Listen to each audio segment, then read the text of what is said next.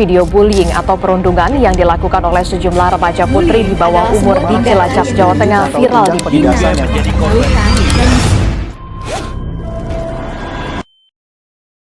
Assalamualaikum warahmatullahi wabarakatuh. Waalaikumsalam warahmatullahi wabarakatuh.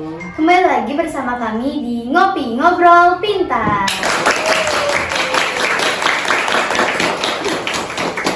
Perkenalkan, nama saya Atika Nur Fauzia dari Eskul Jurnalistik MTSN 17 Jakarta. Yang pada kesempatan kali ini akan menjadi host pada podcast kali ini yang berjudul Bahaya Bullying. Bersama dua narasumber saya, Ibu dengan Bu Siti Ruhana, Wakasis MTS Negeri 17 Jakarta. Salam hormat. Perkenalkan, nama saya Syarifah Naila dari kelas 92. Sebelum kita memulai ngobrol tentang tema yang kita angkat mengenai bahaya dan dampak bullying, gimana sih menurut Bu Ruhana dan Kak Nay tentang bullying itu sendiri? Iya. Perlu kita dipahami bahwa zaman semakin canggih sekarang ya, pergaulan semakin meningkat, artinya peningkatan bullying terhadap sesama teman dan rekan itu semakin meningkat pula. Dimana kita ketahui bahwa bullying itu adalah salah satu aktivitas yang sosial yang tidak dibenarkan dan diusahakan tidak ada terjadi bullying. Di mana saja, bisa di mana saja terjadi bullying. Di sekolah, di tempat kerja, di masyarakat, bahkan di dalam dunia pendidikan itu sendiri. Bullying itu adalah salah satu sikap yang tidak baik dan tidak patut dicontoh untuk kita semua. Karena apa? Ada beberapa macam diantaranya bullying verbal dan bullying fisik. Dimana bullying verbal adalah salah satu bullying yang menggunakan kata-kata. Menggunakan kata-kata seperti mengintimidasi, mengejek, bahkan merendahkan. Di sini perlu kita pahami dari bullying verbal di sini apa yang mereka lakukan dan dampak apa yang mereka akan merasakannya. Tentunya di sini bullying verbal sangat juga berbahaya bagi penerimanya. Begitu pula dengan bullying fisik. Bullying fisik yaitu di mana dilakukan dan dilontarkan oleh orang-orang yang merendahkan secara fisik, seperti dasar kamu hitam, dasar kamu bogel, dasar kamu bodoh, dasar kamu dan lain sebagainya. Artinya terkait dengan fisik ya. Apapun itu, baik bullying verbal ataupun fisik, sama-sama tidak boleh kita lontarkan dan tidak boleh ada di antara kita. Kenapa? Sangat berbahaya. Berbahaya buat siapa? Tentunya bagi yang menerima. Kenapa? Ya, bullying itu sangat berbahaya. Bisa merusak mental, bisa merusak pertemanan, bisa merusak tatanan sosial, bisa merusak ukhuwah Islamiyah, dan bisa merusak tatanan-tatanan dalam kehidupan karena bahaya dari bullying tersebut. Ya, diusahakan anak-anak MTS 17 Jakarta tidak melaksanakan ataupun memiliki sikap bullying terhadap orang lain. Pada intinya kalau ibu kembali ke agama, bahwa jadilah diri kita itu sebagai diri pembelajar. Belajar untuk menghargai dan kekurangan orang lain. Karena setiap manusia ada kekurangan, ada kelebihan. Dimana satu kelebihan, satu kekurangan semuanya melekat pada diri kita. Tetapi bukan tentang kekurangan dan kelebihan yang kita condong ataupun kita bahas, bagaimana kita satu sama lain bisa saling toleransi, menghargai, tasamuh, dan tafahum. Apa? Saling bisa menghargai satu sama lain. Ya, demikian yang Ibu sampaikan. Mudah-mudahan di MTS Negeri 17 Jakarta tidak terjadi bullying baik bullying secara verbal ataupun bullying secara fisik. Ya, terima kasih. Demikian untuk anak-anak dan terima kasih Ibu ucapkan untuk anak-anak jurnalis MTS Negeri 17 Jakarta atas kegiatan-kegiatan yang positif ya yang ada di jurnalis. Sehat terus, semangat terus, dan sukses untuk tim jurnalis MTS Negeri 17 Jakarta.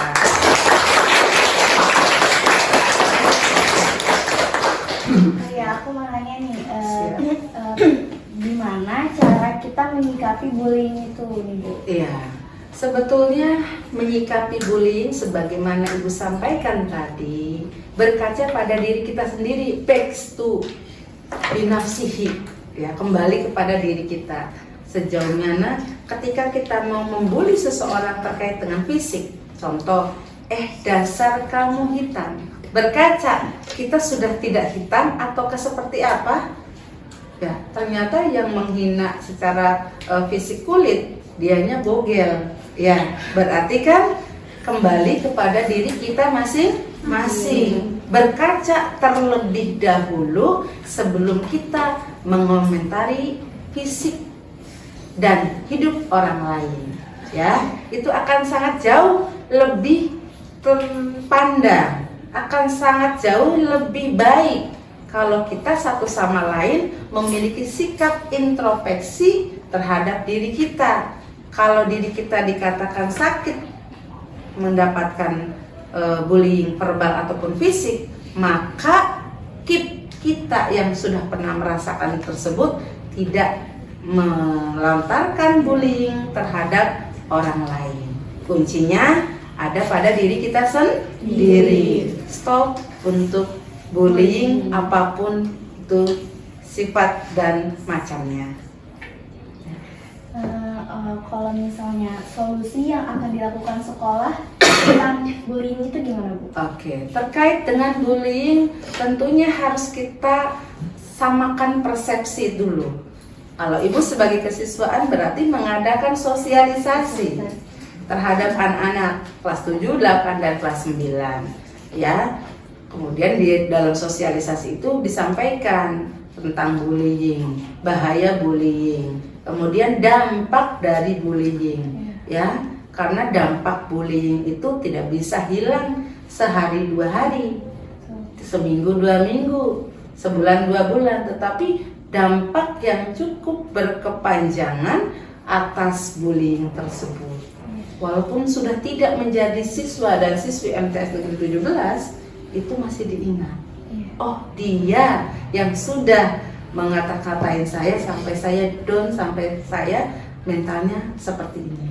Jadi itu dampak yang berkepanjangan atas bullying yang mereka lakukan, ya. Oke. Ya, itu saja sih pertanyaan saya untuk Ibu. Terima kasih waktunya. Sama-sama. Yang jelas di sini anak-anak jurnalis semuanya di sini latihan. Ibu hari ini memantau kegiatan eskul yang ada di MTS Negeri 17. Ingat nak, bahwa komunitas eskul jangan pernah menanamkan bahwa kita itu jauh lebih baik dari mereka. Tetapi bagaimana kita bekerja, berekskul, bersinergi dengan eskul-eskul yang lainnya. Seperti apa contohnya? Jurnalis itu kan sebagai ikon pemberitaan dari kegiatan MTS Negeri 17 Jakarta. Kalau tidak ada eskul yang lain, apa yang diberitakan dari jurnalis? Ya, tentunya tidak ada. Nah, untuk itu jurnalis harus bisa bekerja sama dengan pihak eskul yang lain, bekerja sama terutama di dalam MTS Negeri 17 Jakarta sendiri, ya syukur-syukur bisa meliput ya secara eksternal keluar. Ya misalkan ada kegiatan yang RT bisa jadi memperkenalkan saya dari eskul jurnalis.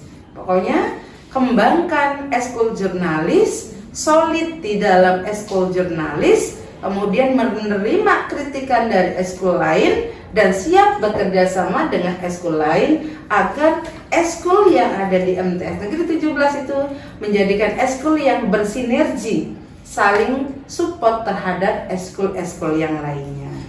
Ya, itu yang Ibu sampaikan. Ya, terima kasih Bu untuk memberitahunya tentang bahaya bullying. Ya, terima kasih juga sama-sama. Demikian anak-anak. Aku sudah bersama Kanai. Jadi kita akan melanjutkan ngobrol tentang bullying. Oke. Jadi kakak pernah nggak sih dapat pengalaman dibully gitu atau tahu ada orang yang ngebully gitu? Untuk aku sih, menurut aku semua orang pasti pernah merasa dibully. Semua orang pernah merasa dirinya dijauhi. Semua orang pasti pernah merasa kayak gitu. Jadinya aku juga pernah merasain kayak gitu. Dan bahkan kadang teman-teman aku juga yang ngebully dan ya, kadang suka aku tegur juga. Maksudnya kalau ngebully itu kan banyak jenisnya ya. Apalagi sekedar kita mulut kita nyeplos aja pun itu udah termasuk bully. Kayak misalkan, ih dia cebol banget ya, apa gitu ya. Ya pokoknya kayak gitu kan udah termasuk bully. Menurut aku untuk orang-orang di sana lebih dijaga aja omongannya, lebih dikontrol aja omongannya. Jujur aku juga kadang suka susah ngontrol omongan aku. Itu hal tersusah sih untuk jaga omongan. Makanya kalau misalkan kita gak suka sama orang lain, mending disimpan sendiri aja. Misalkan itu mau diungkapin ke teman dekat, diungkapinnya dengan yang enak, bukan dengan cara menghasut. Karena ketika kita menghasut orang-orang untuk ngebully orang tersebut bakal ngerasa down banget.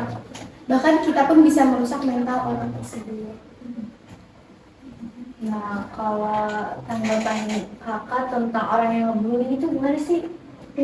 Kalau aku sih nanggepinnya sih ya, aku sebenarnya nggak begitu ngurusin banget karena ini hidup aku, mereka nggak ada hak untuk apa yang namanya? Apa? Skip dulu. Nah, menurut kakak tentang tanggapan orang yang ngebully itu gimana sih? Kalau untuk aku nanggepinnya sih sebenarnya aku tuh tipe orang yang nggak begitu ngurus. Cuman kadang kalau depan orang-orang aku bilang bodo amat, gue mah nggak ngurus. Tapi kadang kalau misalkan lagi di kamar, lagi sendiri, iya gitu suka kepikiran kayak, kok dia kayak gitu. Iya, kok bisa sih orang-orang tuh bilang kayak gitu. Aku sebenarnya gak begitu peduli karena ini tuh hidup aku, mereka nggak ada hak untuk mengatur hidup aku.